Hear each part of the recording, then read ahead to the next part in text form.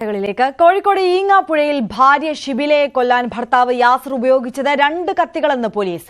രക്തം പുരണ്ട 2 കത്തികൾ സ്ഥലത്തു നിന്നും ലഭിച്ചു. കത്തി ഇന്ന് കോടതിയിൽ ഹാജരാക്കും. MS അനീഷ് കുമാർ ചേരുന്നുണ്ട് കോഴിക്കോട് നിന്ന്. അനീഷ്, പോലീസിനെ സംബന്ധിച്ച് നിർണായകമായ തെളിവാണല്ലോ ഇത്.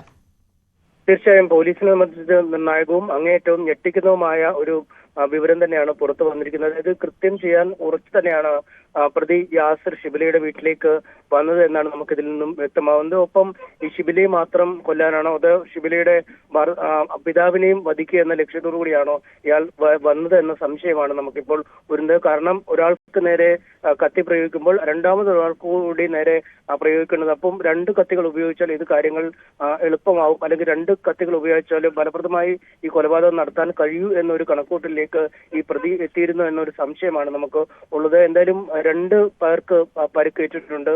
ഷിബിലയെ കുത്തിയ ശേഷം പിതാവ് അവിടേക്ക് വരികയും ഇയാളെ പ്രതിരോധിക്കുകയുമായിരുന്നു. തുടർന്ന് പിതാവിനും കുത്തേൽക്കുന്ന ഒരു സാഹചര്യമുണ്ടായി. പിന്നീട് അതേ കത്തി തന്നെ ഉപയോഗിച്ചാണ് ഈ തടയാൻ വന്ന നാട്ടുകാർക്ക് നേരെ വീശുകയും ചെയ്തിരിക്കുന്നത്. അതുകൊണ്ട് കൃത്യമായി തീരുമാനിച്ചുറപ്പിച്ച ഒരു യാത്ര തന്നെയാണ്. അതിനുവേണ്ടിയാണ് 2 കത്തികൾ കരുതി ഇയാൾ അവിടേക്ക് പോയതെന്നാണ് നമുക്ക് മനസ്സിലാക്കാൻ കഴിയുന്നത്. എന്തായാലും 2 കത്തികളിലും ചോര പുരണ്ടിട്ടുണ്ടായിരുന്നു. 2 കത്തികളും പോലീസിന് കണ്ടെടുക്കാൻ കഴിഞ്ഞിട്ടുമുണ്ട്. ഇന്ന് ആ തെളിവുകൾ കോടതിയിൽ ഹാജരാക്കും അല്ലെങ്കിൽ സമർപ്പിക്കും എന്നാണ് പോലീസ് പറയുന്നത്. ഒപ്പം ഈ പ്രതിക്ക് വേണ്ടിയുള്ള കസ്റ്റഡി അപേക്ഷയും ഇന്ന് നൽകും.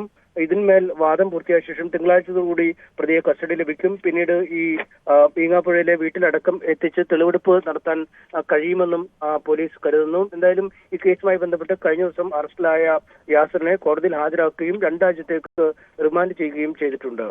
ആര്യ. MS അനീഷ് കുമാറാണ് വിവരങ്ങൾ നൽകിയത്. എന്തായാലും നിർണായകമായ വിവരങ്ങളാണ് ഈ കേസുമായി ബന്ധപ്പെട്ട് പുറത്തുവരുന്നത്. യാസർ 2 കത്തിയുമായാണ് ഷിബിലയുടെ വീട്ടിലേക്ക് എത്തിയത് എന്നുള്ളതാണ്.